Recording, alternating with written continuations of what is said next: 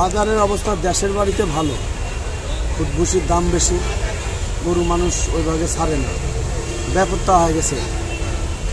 এখন এখানে ঢাকাতে এসে যে দাম কয় 250 গরু এসে কয় 150 গরু কয় 80, এরা এরকম শুরু করছে। বাজারের পোষায় না কি জন্য গরুর কিনতে বেশি দাম, খাদ্যর দাম অনেক বেশি, মানে গমের আটার সাথে ছালের দাম বেশি। আমরা আজ আটা খাই, আটার সাথে ছালের দাম বেশি, 3 গুণ বেশি।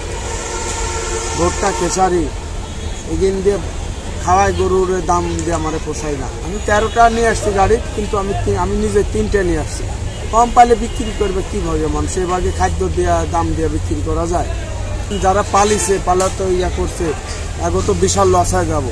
এরকম যদি দাম হয়, এই যে পাইকারিরা আসে এমনি ধরেন আনতাবড়ি এসে দাম কয়, এতে তো যারা কিনে নিয়ে আসছে 2 টাকার আশার গৃহস্থ থেকে নিয়ে আসছে, ওরা তো যা ন্যায্য মূল্য দিতে পারবে না। কারণ যারা বাকি নিয়ে আসছে এলাকার থেকে, ভাই বেরাদার থেকে, আবার এলাকার হাট থেকে কিনছে, আর তো বিশাল লস হয়ে যাবে।